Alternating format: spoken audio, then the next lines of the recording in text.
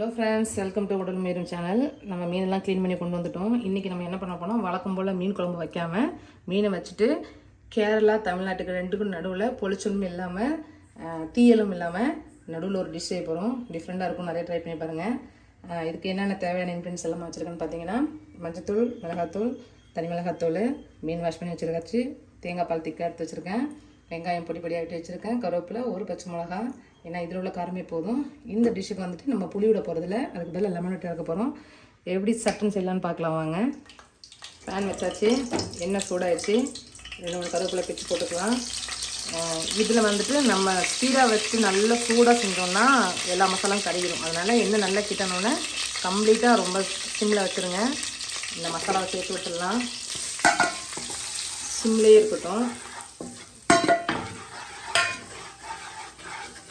Okay, இப்போ 2 பச்சை மிளகா, வெங்காயத்தை சேர்த்து விட்டுடலாம்.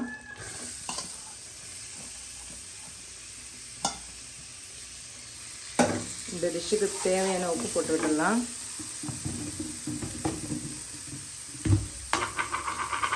நான் கல்லுப்பு போட்டுக்கிறேன், உங்களுக்கு என்ன உப்பு விருப்பமோ நீங்கள் அதை சேர்த்துக்கோங்க.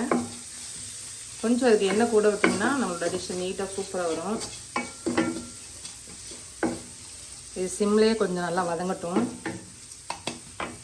ஓகே, மூடி போட்டு வெங்காயம் இந்த பதத்துக்கு வதங்கினோடனே உப்பெல்லாம் இருக்கான்னு சரி பண்ணி பார்த்துக்கோங்க. ஏன்னா அதுக்கப்புறம் சேர்த்தோம்னா அவ்வளோதான் மீன் சேராது. நான் செக் பண்ணிவிட்டு எல்லாமே ஓகே. இதில் வந்துட்டு ஒவ்வொரு மீனாக சேர்த்து விட்டுடலாம். இந்த டிஷ்ஷு எப்படின்னா நீங்கள் கொஞ்சம் சிம்மில் வச்சு தான் செய்கிற மாதிரி இருக்கும், மீன் வேகிறதுக்கான டைமு.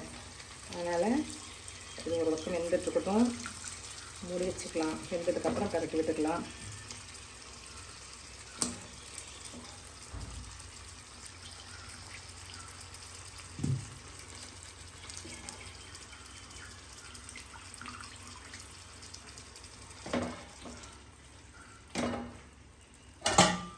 மூடி வச்சிடலாம்.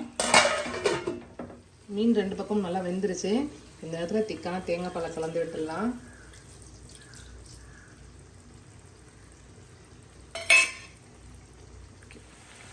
நம்மளோட டிஷ் ரெடி ஆயிடுச்சு.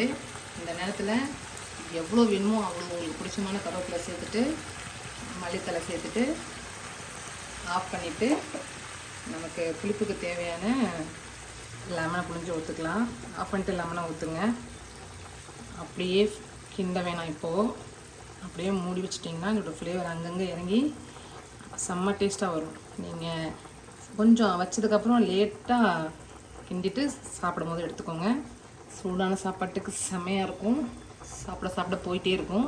அந்த மாதிரி ஒரு கிரேவி எல்லோரும் கண்டிப்பாக ட்ரை பண்ணி பாருங்கள் ஃப்ரெண்ட்ஸ். இது மாதிரி டிஃப்ரெண்ட்டான சமையல் உங்களுக்கு வேணும்னா, என் சமையல் பிடிச்சிருந்துச்சுன்னா நம்ம சேனல் உடல் மீறும் சேனலை சப்ஸ்கிரைப் பண்ணிக்கோங்க. லைக் பண்ணுங்கள், ஷேர் பண்ணுங்கள், கமெண்ட் பண்ணுங்கள். சூடான சாதத்தில் வச்சு சாப்பிட்டு பாருங்கள். எல்லோரும் வாங்க சாப்பிட்லாம். Thank you friends.